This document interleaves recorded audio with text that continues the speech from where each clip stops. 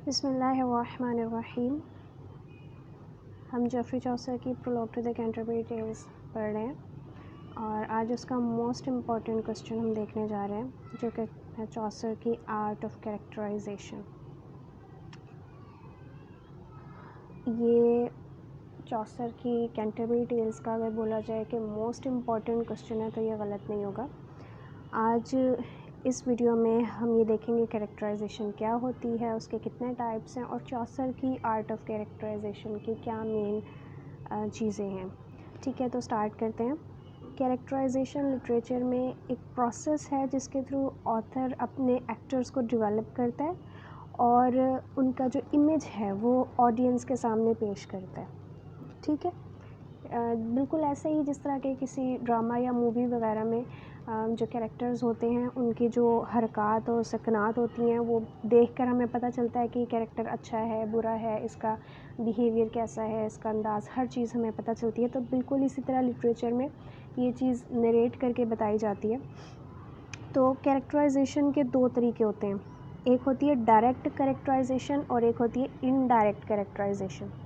अब जो direct approach है कैरेक्टराइजेशन की, उसमें ऑथर ख़ुद हमें बताता है कि ये कैरेक्टर इस तरह का है, इसने ये पहना हुआ है, ये कह रहा है, ये वो कर रहा है। ठीक है, ये हो गई डायरेक्ट अप्रोच। अब दूसरी अप्रोच होती है इनडायरेक्ट अप्रोच। उसमें क्या होता है कि हमें चीज़ें दिखाई जाती हैं, बनिस्बत इसके कि बताई जाए, हमें चीज़ें पोर्ट्रे करके दिखाई जाती हैं। उसमें कैरेक्टर्स को हमारे सामने प्रेजेंट किया जाता है, वो खुद एक्ट करके हमें बताते हैं अपने अंदर का हाल और अपने कैरेक्टर को रिवील करते हैं। ठीक है, तो ये दो तरीके होते हैं आर्ट ऑफ कैरेक्टराइजेशन के लिटरेचर में, और चौसर ने ये दोनों तरीके इस्तेमाल किए हैं अपने कैरेक्टर्स को डिस्क्राइब करने के लिए। ठीक हो गया। अब इसके बाद आगे आ जाता है कि चौसर की कैरेक्टराइजेशन किस तरह से, हम इसको डिटेल में देखते हैं। कीन ऑब्जर्वर था ह्यूमन नेचर का, यानी कि बहुत करीब से वो ह्यूमन नेचर को ऑब्ज़र्व करता है, ह्यूमन साइकी को वो बहुत अच्छे से समझता है। ये जो साइकोलॉजी है ये उस टाइम पर इसका कोई वजूद भी नहीं था 14th सेंचुरी में, लेकिन चौसर उस टाइम से जो है ना ह्यूमन साइकी का जानने वाला है। ठीक है, prologue to the Canterbury Tales उसकी एक रिमार्केबल एग्जाम्पल है। वो अपने कैरेक्टर्स को इसी तरह से स्केच करता है हमारे सामने कि हमें उनकी साइकी समझ में आ जाती है। हमें पता चलता है कि साइकोलॉजिकली जो है ना राइटर ने उनको अंदर तक देखा और फिर एक्सप्लेन किया है। ठीक है, हर कैरेक्टर जो है वो चौसर की एक्सेप्शनल आर्ट ऑफ कैरेक्टराइजेशन हमें बताता है। वो रियलिस्टिक कैरेक्टर्स हमारे सामने पोर्ट्रे करता है और उन हर कैरेक्टर को पेंट करता है बिल्कुल माइन्यूट डिटेल के साथ, यानी उसकी एक एक बात डिटेल में हमें बताता है। इनफैक्ट चौसर अगर फेमस है ना तो वो दो चीज़ों की वजह से है। नंबर वन तो ये है कि वो रियलिस्ट है, यानी कि वो रियलिस्टिक वर्ल्ड को देखता है अपने आसपास, और दूसरी चीज़ है उसका आर्ट ऑफ कैरेक्टराइजेशन इनक्रेडिबल है, यानी कि बहुत लाजवाब तरीके से वो चीज़ों को एक्सप्लेन करता है। और जब ये दोनों चीज़ें चौसर कंबाइन करके अपने कैरेक्टर्स को बताता है ना, तो वो कैरेक्टर्स बिल्कुल ऐसे जैसे रियल हमारे सामने हमें लगते हैं। ठीक है, उसमें फिर हमें फेकनेस नहीं लगती, हमें उनकी स्टोरीज़ पे यकीन आने लग जाता है क्योंकि वो बिल्कुल हमें रियल लग रहे होते हैं। Prologue to the Canterbury Tales में बहुत सारे वंडरफुल कैरेक्टर्स हैं और चौसर की ज़बरदस्त आर्ट ऑफ कैरेक्टराइजेशन की वजह से जो है ना, इसको चौसर की इरा का एक गैलरी बोली जा सकती है कि डिफरेंट ऑक्यूपेशंस जो हैं, डिफरेंट जो पेशे हैं, उनकी एक गैलरी समझ लें। जो है ना prologue to the Canterbury Tales को जिस तरह से उसने वहाँ पर पेश किया, जिस तरह एक आर्ट गैलरी होती है ना, वहाँ पर हर चीज़ पोर्ट्रे करके दिखाई जाती है, बिल्कुल उसी तरह से ना चौसर के कैरेक्टर्स हैं। लेकिन जो है ना, ये भी कहना गलत होगा कि इस गैलरी में सिर्फ जो है डिफरेंट ह्यूमन बींग्स की पिक्चर्स हमें दिखाई गई हैं, हमें पिक्चर्स नहीं नज़र आती। अच्छा, जब हम किसी आर्ट गैलरी में जाते हैं तो वहाँ पर हमें सिर्फ स्टिल पिक्चर्स दिखती हैं, लेकिन चौसर के जो कैरेक्टर्स हैं वो स्टिल पिक्चर्स नहीं है, बल्कि हम उन कैरेक्टर्स को देखते हैं कि वो बातें कर रहे हैं, वो हंस रहे हैं, वो जोक्स एक दूसरे को सुना रहे हैं, वो सैड होते हैं, तो वो रियल ह्यूमन बींग्स हैं, हम उनको फ़ील करते हैं, हम उनकी स्टोरीज़ को बहुत केयरफुली सुनते हैं। हमें बहुत हार्डली कोई ऐसा जो है पोइट या ऐसा कोई राइटर मिलता है जिसने इतनी पावरफुल तरीके से ह्यूमन नेचर को पेंट कर दिया हो। तो कैरेक्टराइजेशन में हम कह सकते हैं कि चौसर को कोई भी मात नहीं दे सका। वो इतना कमाल का जो है कैरेक्टराइजेशन बनाने वाला एक पोइट था। उसकी कैरेक्टराइजेशन इतनी ज़बरदस्त थी, उसके कैरेक्टर्स की डिपिक्शन इतनी ज़बरदस्त थी कि उसको कोई मात नहीं दे सका। वो इंग्लिश लिटरेचर का पहला पोइट तो ज़रूर है, लेकिन वो लिविंग बीइंग जो है वो स्पीच और एक्शन से क्रिएट करने के लिए बेस्ट है, यानी कि पहला भी है और बेस्ट भी उसे कह सकते हैं। उसको अभी तक कोई मात नहीं दे सका।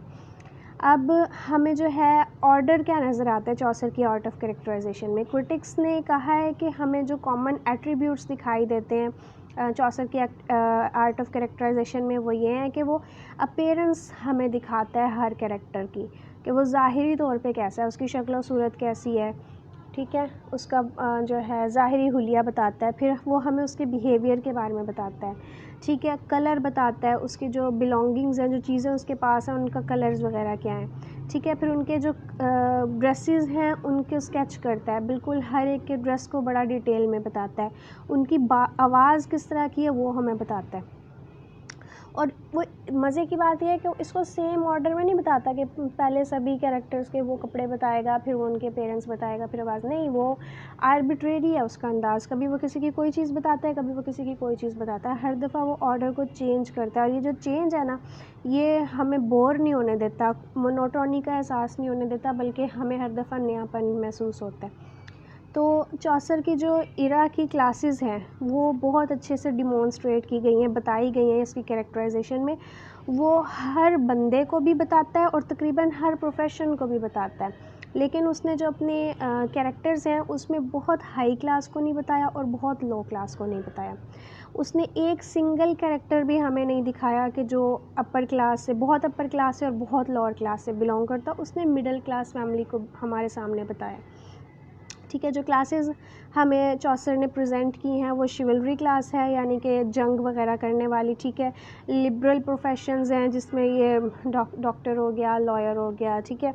अब ट्रेडर्स हैं जैसे मर्चेंट दिखाए हैं हमें, लैंडेड इंटरेस्ट मैंने आपको बताया, लॉयर हो गया, मुंशी हो गया, ये वो क्यूनिंग क्लास यानी कि मक्कार तबका दिखाया, ठीक है। मिडिल क्लास दिखाई है, प्रोविंसेस मुख्तलिफ़ इलाक़ों से आए हुए लोग अपने कल्चर को किस तरह से रिप्रेजेंट कर रहे हैं वो दिखाया। फिर उसने हमें रिलीजियस क्लास दिखाई है, ठीक है। अब अगली हेडिंग है हमारे पास कि चौसर की जो कीन ऑब्जर्वेशन है वो क्या रोल प्ले करती है उसकी कैरेक्टराइजेशन में। तो चौसर बहुत क्लोजली अपने कैरेक्टर्स को रिप्रेजेंट करता है। वो एक एक चीज़ उसकी इस तरह से इस बुक में बताता है कि वर्थ मेंशनिंग है, ठीक है। उसने सिर्फ ड्रेस नहीं एक बंदे का नोटिस किया, बल्कि उसका स्टाइल, उसका बिहेवियर, उसका दूसरों के साथ अंदाज़ डीलिंग करने का, ठीक है। और इसके साथ साथ उनकी फ़िज़िकल अपीयरेंस, उसने हर एक चीज़ को ऑब्ज़र्व किया।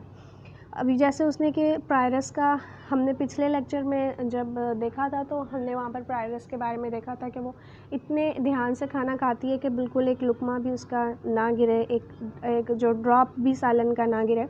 तो प्रायरस का जब वो अपना कोई खाने का बिल्कुल एक ड्रॉप भी नहीं गिरने देती, और उसका जो फोरहेड है वो बहुत चौड़ा है, और जो मिलर का नाक है वो इतना बड़ा है जैसे एक फर्नेस होती है, ठीक है। और फिर वो नाइट की ब्रेवरी को जिस तरह से बताता है, फिर वो पोर पार्सन मैंने आपको बताया था, उसकी काइंडनेस को वो जिस तरह से बताता है। फिर वो डिसऑनेस्टी जब हमें बताता है मर्चेंट की कि उसको सिर्फ अपने आप से और अपने पैसे जमा करने से गर्ज है, तो उसकी जो कीन ऑब्जर्वेशन है ना वो उसकी आर्ट ऑफ कैरेक्टराइजेशन में हमें नज़र आती है। तो जब हमें चौसर किसी बंदे के लिबास के बारे में बताता है ना, तो वो सिर्फ लिबास नहीं होता बल्कि वो उसके प्रोफेशन की अक्कासी कर रहा होता है, ठीक है। उसके अलावा वो जो बंदों के पास जो हॉर्सेस हैं, क्योंकि ज़ाहिर सी बात है उस वक़्त गाड़ियाँ वगैरह तो नहीं थी, तो घोड़ों पर सफ़र हो रहा था, तो जो हर एक का जो घोड़ा था उसने उसको भी ऑब्ज़र्व किया और उसको भी बताया। अब नाइट के कैरेक्टर से हमें पता चलता है कि वो बहुत ब्रेव है, क्योंकि उसका जो ड्रेस है उसके ऊपर खून वगैरह के धब्बे हैं, जिससे पता चलता है कि वो अभी जंग से वापस आया है, ठीक है।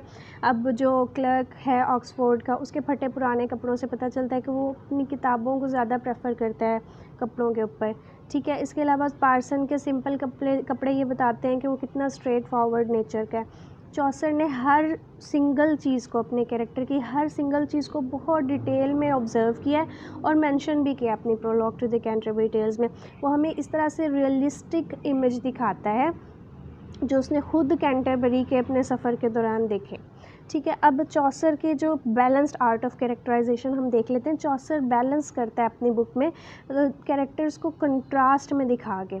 एक तरफ अगर वो करप्शन दिखाता है सोसाइटी की, तो दूसरी तरफ वो हमें अच्छे और ऑनेस्ट लोग भी दिखाता है। वो हमें गुड और मॉरली और फिज़िकली करप्ट रिलीजियस क्लास अगर दिखाता है, तो वो ऐसा कैरेक्टर भी दिखाता है जो कि काइंड और गुड है, जैसे कि समनर, पार्टनर, ये करप्ट पर्सन है जो कि रिलीजियस क्लास से बिलोंग करते हैं। लेकिन दूसरी तरफ वो पार्सन और क्लर्क को काइंड और ऑनेस्ट दिखा के वो बैलेंस कर देता है। ठीक है, पार्सन मोस्ट काइंड पर्सन है prologue to the Canterbury Tales में। चौसर का जो आर्ट ऑफ रियलिज़म है, यानी कि हकीकत पसंदाना अंदाज़ जो है, ये भी हम इसमें देख सकते हैं कि उसने अपना एक जो है ना ज़ाती बायस्ड ओपिनियन नहीं दिया, किसी एक क्लास की साइड पे होके नहीं दिया, बल्कि उसने जो है ना लाताल्लुकी से, एक जैसे एक न्यूट्रल पर्सन होता है ना, वो जिस तरह डिपिक्ट करता है चीज़ों को, उसने उस तरह से बयान किया। अगर वो गुडनेस दिखाता है सोसाइटी की, तो वो दूसरी टाइम पे जो है सोसाइटी की बैडनेस भी अपने कैरेक्टर्स के थ्रू दिखा देता है। सिर्फ रिलीजियस क्लास जो है उसी में उसने अपोजिशन नहीं दिखाई है, बल्कि और लोगों में भी दिखाई। जैसे कि वाइफ ऑफ बाथ को हम प्रायरस से कंपेयर कर सकते हैं कि किस तरह एक तरफ प्रायरस अपने रख रखाव का बड़ा ख्याल रखती है, दूसरी तरफ जो वाइफ ऑफ बाथ है वो बड़ी वोकल है और वो वर्जिनिटी को इतना बिलीव नहीं करती है, वो मेल्स की सोसाइटी में बड़ा पसंद करती है और भड़कीला लिबास पहनती है। दूसरी तरफ प्रायरस का जो लिबास है वो बड़ा सिंपल और सादा है। तो यहाँ पर भी हमें कंट्रास्ट नज़र आता है। ठीक है, जो मैन ऑफ प्रेयर हैं वो मैन ऑफ वॉर को जो बैलेंस कर देते हैं। मर्चेंट क्लास जो है वो लेबर्स को, जो लेबर क्लास है उसको बैलेंस कर देती है। तो इस तरह से हम ये देखते हैं कि बैलेंस है उसकी कैरेक्टराइजेशन में। अगला हम देखते हैं कि मूविंग कैरेक्टराइजेशन है। चौसर की जो आर्ट ऑफ कैरेक्टराइजेशन है वो काबिल तारीफ़ है, क्योंकि उसके कैरेक्टर्स जो हैं वो स्टिल नहीं है, वो साकिन नहीं है, वो मूव करते हैं, वो बातें करते हैं, वो हंसते हैं, वो स्टोरी सुनाते हैं, वो जोक सुनाते हैं। जब हम चौसर की पोइट्री को पढ़ते हैं ना, तो हम उसके कैरेक्टर्स को इतना फ्रेश फील करते हैं जैसे वो आज ही हमारी इसी इरा से बिलोंग करते हो।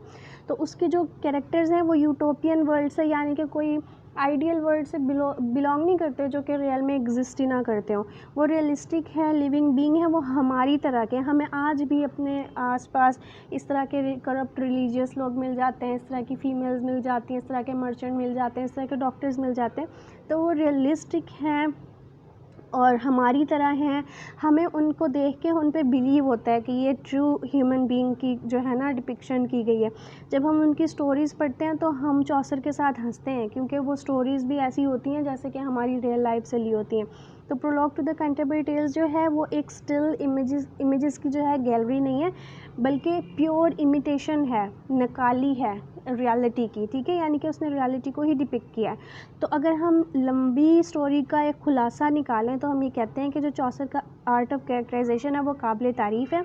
उसने रियलिस्टिक और एक्स्ट्रा ऑर्डिनरी कैरेक्टर्स पेश किए हैं।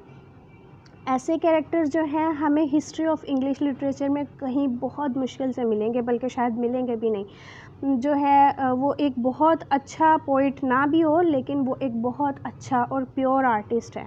उसने यूनिवर्सल कैरेक्टर्स दिखाए हैं prologue to the Canterbury Tales में। यूनिवर्सल यानी कि वो आज भी हमें मिलते हैं अपनी सोसाइटी में, वो मर नहीं गए, वो ख़त्म नहीं हो गए, वो आज भी एक ज़िंदा हैं किसी ना किसी तरह से।